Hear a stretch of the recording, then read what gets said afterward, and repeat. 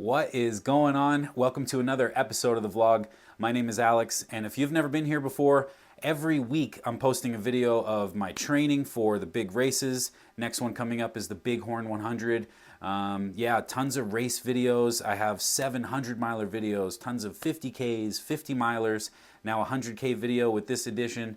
But yeah, let's get right into the action. This is the 2024 Gorge Waterfalls 100K. I had a great day out there, and yeah, go ahead, hit the like, hit the subscribe. It helps a lot, and man, I hope you enjoy this one.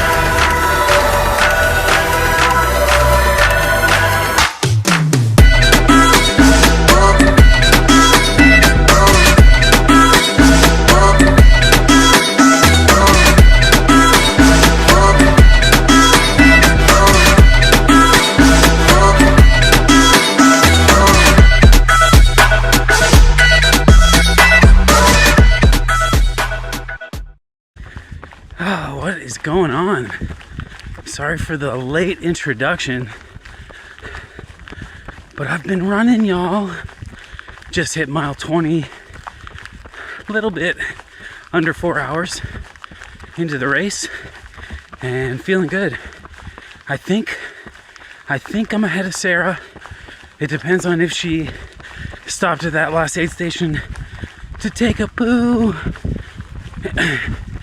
But either way, her and I are definitely running good. I'm sure Dustin is a little bit behind us, also running good. So everyone is having a great day. Yatata!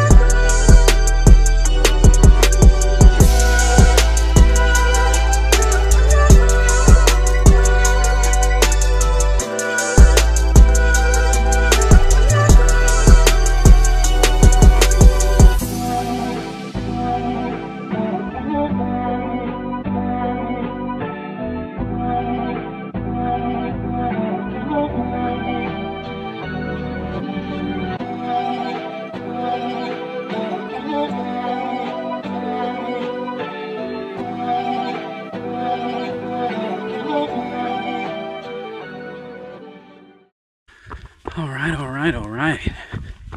Deep into this thing. A little over 40 miles or so. Definitely feeling tired. Running fast is, God, it's so hard. Looking like I might do about a 13-hour finish. At this point, that's pretty sweet. I'm gonna be happy with that. I just gotta steady pace, keep it going. We'll get there.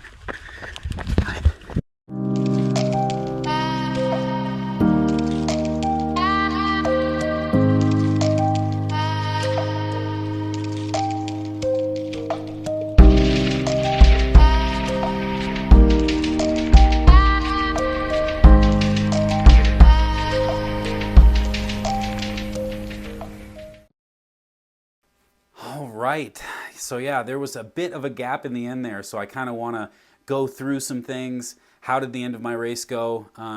It was tough. Definitely around, let's say, mile 40 to 50, I was kind of struggling. There's a big descent, your last big descent down into the Wyeth aid station, and that's somewhere around 49, 50 miles in. And after that descent, you do a turnaround and you have to come back up that big climb that you just went down. And in my mind, going down that thing, I was thinking like, God, I'm going so slow already. I was probably doing like a 16, 17 minute mile pace. And yeah, I was just thinking way up, it's got to be slower than that. But found some legs, had some chicken broth at that last aid station and down some calories, and was able to mostly run up that last climb and got it done, like 14, 15 minute average pace, and came in. Finish time was 13 hours and 40 minutes. A little bit of change, but yeah, absolutely happy with my race time. I figured I'd be somewhere over 14 hours, considering the low volume and just the struggles I've had getting out onto actual trail. But yeah, I couldn't be happier with the race overall. I'm actually kind of surprised. I really think that I was able to stay consistent. Mental lows weren't really, anytime I had a negative thought, I would just put it away. Just totally ignore it, because that is a black hole of demise that you do not want to get sucked into, is having all these negative thoughts and negative talk to yourself while you're deep, deep in these races. I'm finally learning. I'm finally learning to just not play in the yard with those feelings, because yeah, everything's a whole lot easier. Eating's easier. Keeping your pace up is easier. Keeping everything going your way is easier when you're saying the right things in your head. So I actually stole a trick from someone who I saw out there on the course. Ihor Varies or Vrays, or however you want to say it. I don't know how to say his name, but he's the most recent Barkley champion from Canada, British Columbia, Chilliwack. And he was out there pacing somebody, and I remember an interview of him after Barkley, and he said that when he's in pain or whatever the problem is, he identifies that and mentally puts it on a shelf.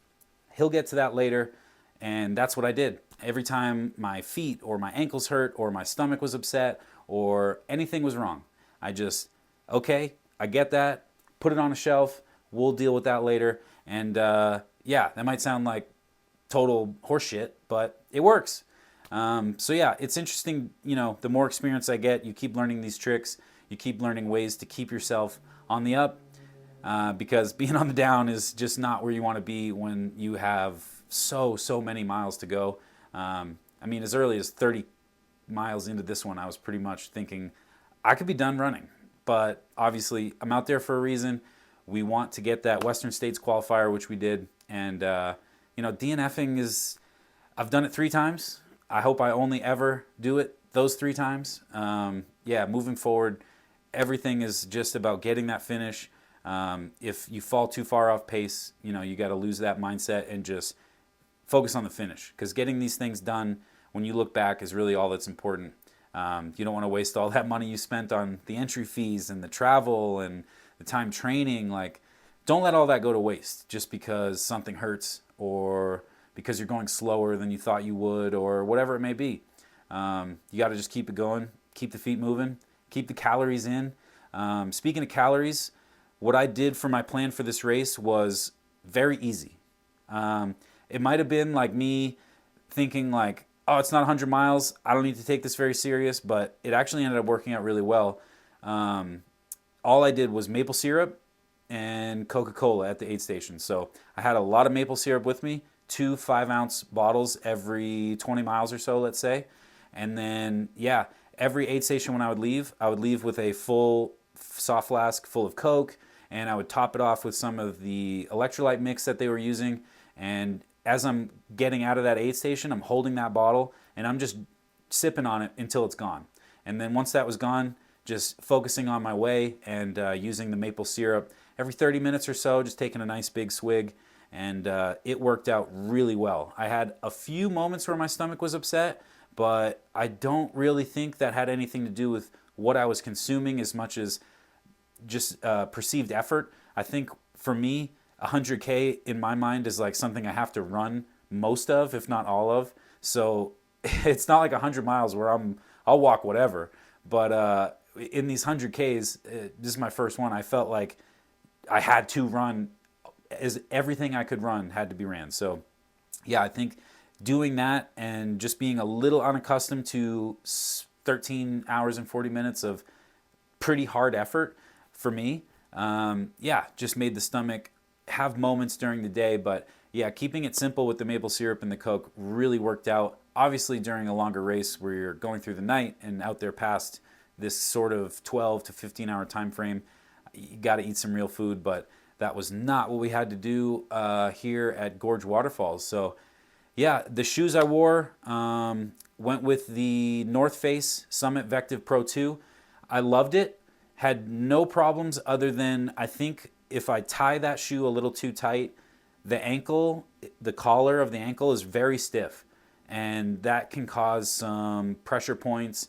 Not really any rubbing or blistering, but definitely like just some pain from pressure of it being tied a little too tight perhaps. So other than that, really like that shoe. I am going to continue trying other shoes.